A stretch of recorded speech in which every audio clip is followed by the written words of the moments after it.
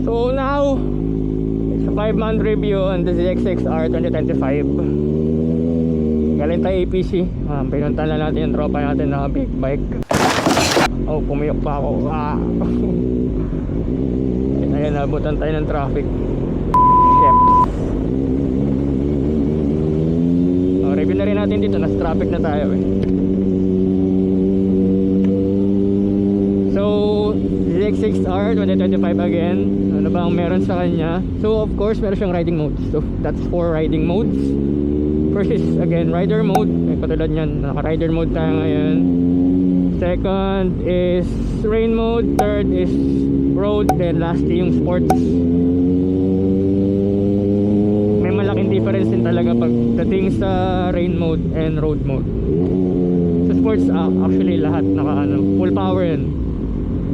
It's a 636 displacement 4-cylinder bike. And ang bilis niya uminit. Lalo na pag nagta-traffic. So mga na-upgrade natin sa kanya, isa-isahin natin mamaya. So traffic. So ano ba ang naging thought ko dito sa motor na to? Ano mga kulang or ano mga pwede pang idagdag? Actually, pwede naman idagdag. Gano'n ka lang sa ECU and medyo pricey. Pros and cons tayo. So pros, dami. So it's a powerful bike. 122-ish horsepower, 120. Nagbabalance sila ng ating 3 horsepower, 4 horsepower difference sa lumang bike, which is the 2021 model.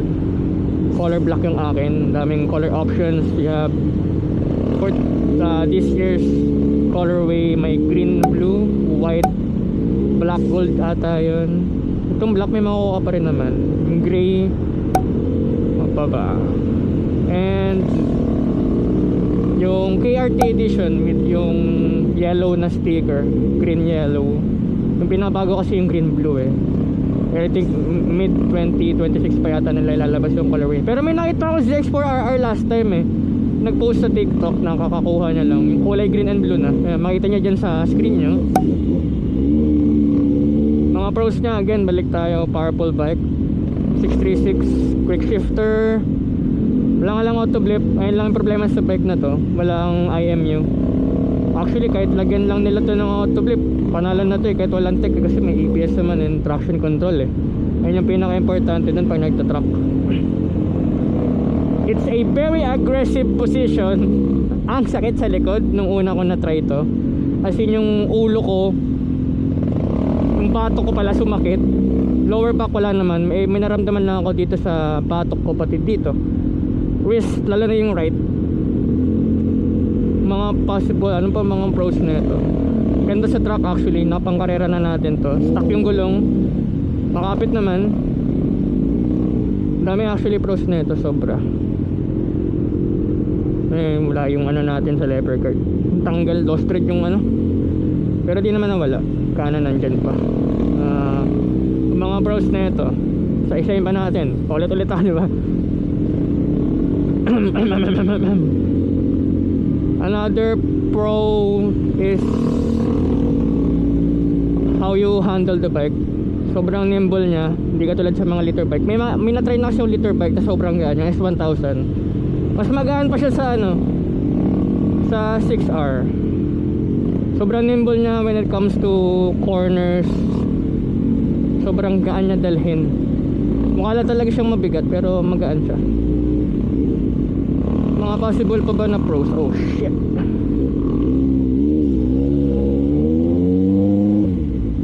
Good looking bike, given na yun. Nabago yung harapan niya na yung panel, TFT display, headlight new. May tweaks lang siya na konti sa engine. I think that's cam profile. Binago yung cam profile niya. Oh my god. Na ulan. Training. Mga mga nabago sa kanya.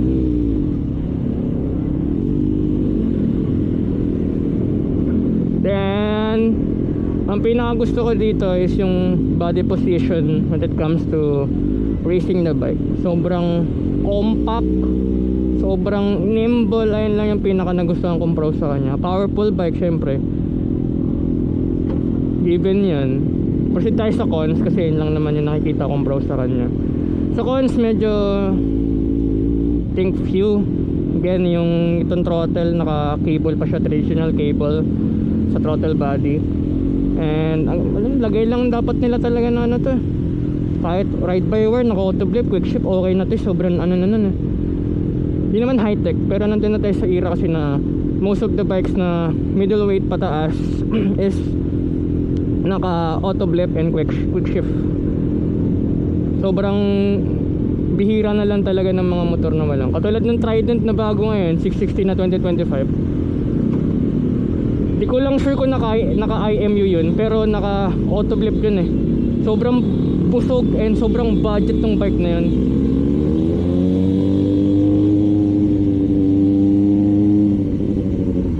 Yan, sobrang busog sa tech. Ayun na lang talaga ko lang dito sa ano. Kung may upgrade ka man, kunyari gusto mo lagyan ng launch control, pit limit, cold start na boom boom boom, gumaganon. Pwede mo siya lagyan, papasadya ka lang. I think Dyno Pro, one of those, di naman store, kumbaga sila naglalagay sila ng ganun. I think possible sila nagagawa. Ang pabang cons na ito sa mga syempre beginner, hindi nila ma-appreciate yung riding position dito kasi sobrang aggressive, subsob na subsob. Ang na-try ko kasi na sports bike na napaka komportable is yung S1000. Yung Ducati na upuan ko lang, ZX-10R medyo mataas pa eh. Yung Ducati naman na B4, kasi later bike kasi yun, hindi natin makukumpara dito sa middleweight na bike eh. Medyo ano pa yung riding position sa kanya, okay pa. Ilan naman yung nakikita ko dun. And we are on the far right side of the street. Tapos kakaliwa tayo. Oh no, signalight na tayo. Babang cons niya, ayan. Bawal siya sa, hindi naman bawal. Sa mga sa mga beginner, if you're gonna ride this, I do not recommend it kasi half throttle pala neto, napaka ano na, sobrang lakas na. Like hindi mabiro yung power. My god, ay mga singit.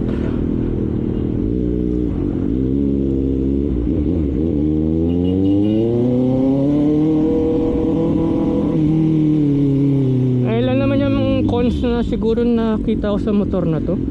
Kasi halos naman sa motor na to na ibibigay niya yung kasayahan mo, yung gusto mo, ay nahanap mo sa isang particular na sports bike. Wala nga lang talagang auto flip. Yan talaga kulang dito. Kaya pag ginagamit ko to, nagre-rev matching ako without using the clutch, like this. Nakita nyo naman siguro, gumagana siya nang hindi pinupull yung clutch pag nagre-rev match. Thank you.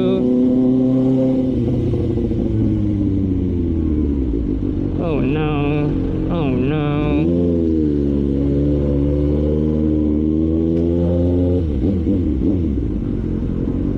If ever one of you guys is gonna buy this bike, I do recommend it to those people na may knowledge when it comes on a sports bike.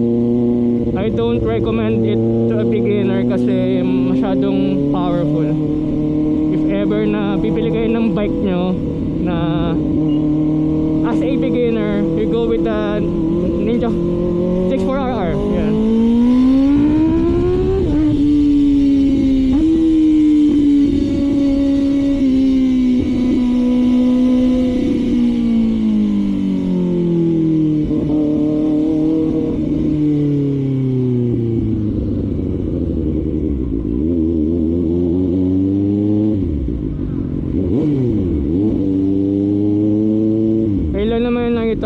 Possible pros and cons. Possible. Yun lang talaga for me. Kasi I do enjoy this bike. I love it. This is one of my dream bike.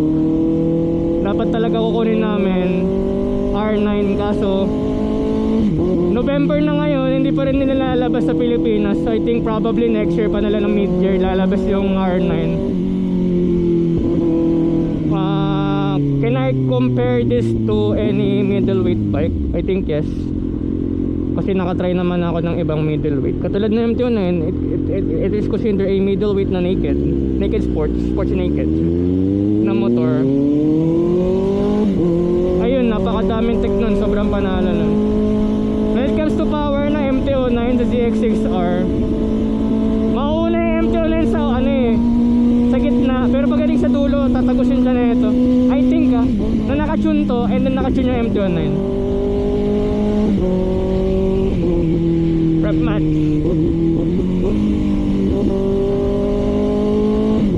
Pasensya pala guys, kailan tayo nakapag-post, sobrang busy.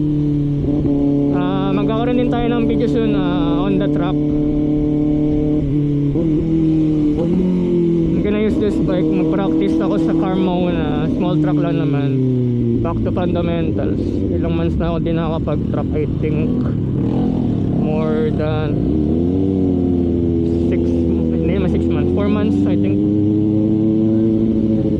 It's a screamer bike, like as in ang ingay niya. Nung una ko napalitan ng pipe to, oh my god, like ay sarap sa tenga. Every time ba nag-quick shift ka, upshift ka pataas, upshift na pataas, binibigyan niya yung saya.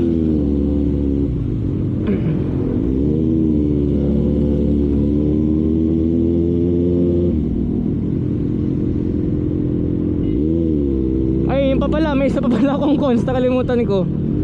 Ang isa cons ko pa dito is ang bilis niya uminit. May one time nag-overheat to.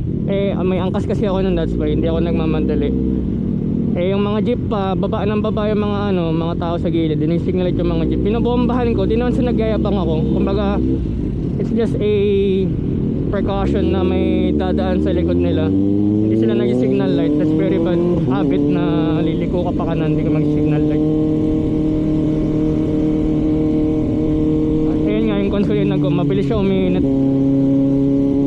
Nung ginamit ko to nung nagkarera ako, di naman siya nag-overheat last August. Patagal na kasi yun palit ako ng coolant. Di naman palit, nagpalit ako ng tubig. Yung radiator, nilagyan ko ng distilled water, Wilkins. Required kasi yun dun sa karera na huwag ka magkukulan kasi if ever man magsigrasya ka, coolant might spill on the ground, tarmac,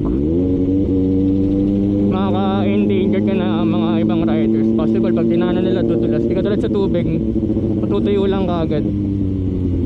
Pakita ko sa inyo guys yung temperature ng bike. Dito tayo sa BDC tayo, yung 100. Medyo malamig pa siya na tolerable. Pero pag dinala mo talaga to as in sa mainit, like holy, maabot yan ng 115 pataas. 101, that's not bad. Ginagawa, may technique kasi ako para dito mag-overheat pag kunyari traffic. I'm pulling the clutch early. Kumbaga pinaparol ko lang siya na naka-clutch para yung langis hindi masyadong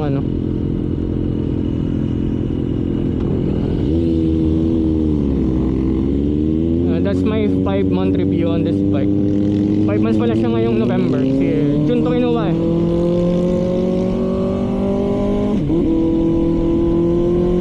malapit tayo na sa KK. So bike check natin to mamaya. Mga napalitan natin, mga nadagdag natin. Overall review on this bike, it's a great bike for me. If ever man mag-upgrade ako, maybe not or maybe yes. Hindi kasi practical lang isang liter bike sa Pilipinas ganito pa yung road condition mo. Kung ipang kakarera mo yung liter bike, I think yes. Kung madami kang ganun, alam mo na yun. It's good. Pero if ever mag-upgrade tayo ng liter bike, probably yung kukunan one of my dream bikes, S1000 RR na 2017, ganun. Talagang gusto kong motor.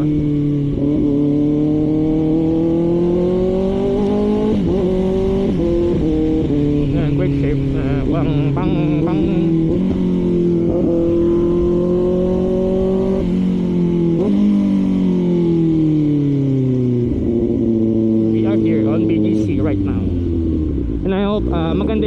din kasi no, yung media mode na misplace ko, di ko alam kung saan ko nalagay, di ko na maalala. Ang last na gamit ko doon, I think January, February, March, nung nag track day yata kami Clark. Gamit ko pa MTO na yun ng truck.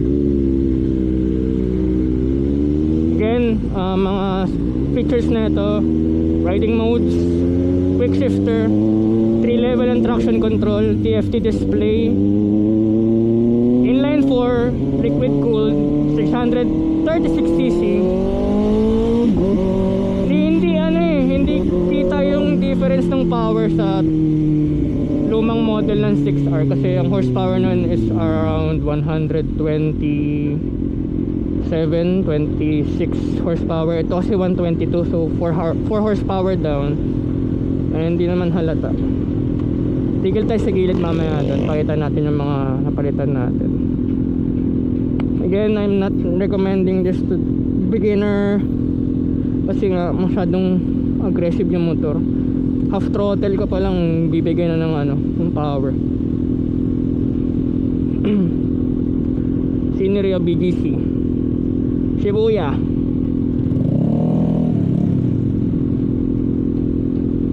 Napapansin nyo medyo madilim na kasi naka-ND filter kasi tayo. Yung mic na gamit ko dito, hindi siya actually mic. May camera pa ako dito sa loob ng helmet ko, yung Instago 3S. Kaya yung mic-ish ko. Sunod natin na video guys, again magko-content tayo, magkakarmona tayo sa November 23 Sunday next week I think. Tingnan natin temperature, 103, tolerable. Pag dinadala ko kasi ito ng Manila pag mapasok ko sa school ko, taas ang temperature, umabot 109.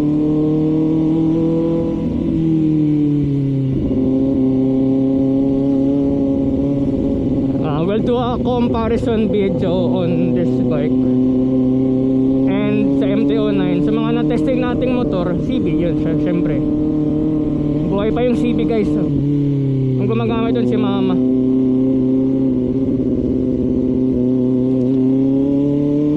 Tapos yung MT-09 syempre kay papa.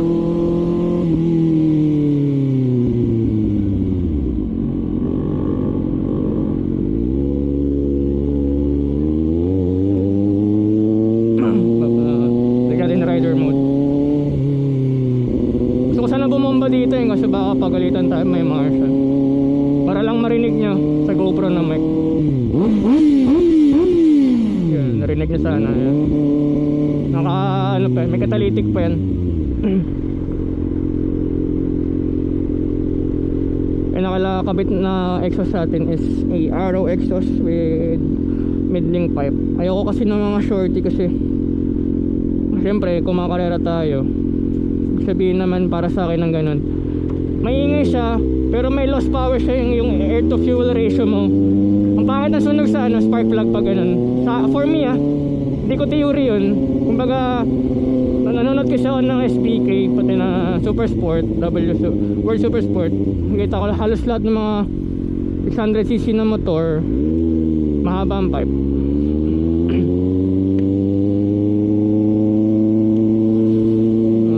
Krispy Kreme, doon na lang natin yan, bike check. Dito tayo, baka pagalitan tayo ng may marshal kasi dito, baka mamaya pagalitan tayo. Lapit naman na tayo.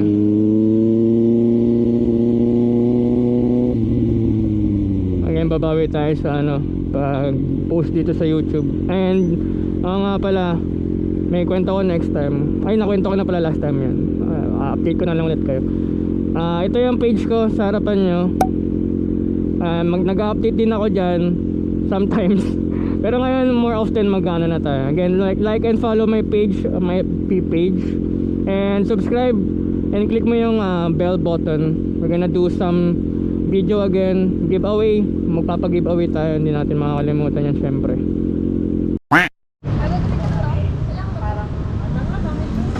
Yup, this is my wife right there. So yung bike check tayo. Dilim kasi ng video kanina, that's why yun. Ulitin natin. Again, first, ito yung pipe natin. Yeah. Sa RO exhaust, mid-link, may catalytic pa yan. Yung catalytic. So, sa ilalim. Ito, unahin natin doon sa likod. So, magnetic yan. Yeah, magnetic. So, may bracket pa yan sa ilalim talaga, pang 6R. Tapos, itong bracket na to na isa, na nakapatong, hindi actually, nasa ilalim nakapatong. Basta yun, pang Winner X yan, hindi namin.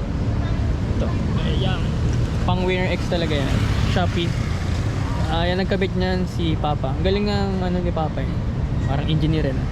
Then, TST integrated tail light. Smoke. Wala na tayong dito passenger foot pegs kasi nung one time na umangkas yung girlfriend ko, wife, Bermosa kami, nag-ride kami doon. Kinabukasan, sumakit yung likod niya, asin yung buong katawan niya, sabi niya, ouch. Wala na tayo. And then may bracket tayo dito para pag cover, pag kapitan ng pipe mismo. May wire pa dyan kasi yun yung karera natin. Then need yung safety wires doon. May spools for paddock, EV racing cover, engine cover. May yan, kita mo yan, engine sliders. Sa kabila, wala naman na bago. Wala, yung ano dito, may spacer lang. Kabitan tayo ng Insta invisible stick. Tinanggal ko rin yung banking indicator. Sa taas, dito tayo, stop. May ano tayo, tank grip, RNG. Then yung tank sa kabat side, RNG din yan, na-clear ito. Para siyang call this rough, pang skateboard. Ito naman sa cockpit natin, may stabilizers. And BRX na lever guards. Isa mayroon pa. Yung isa wala na kasi na-lost na ito. Kanina lang.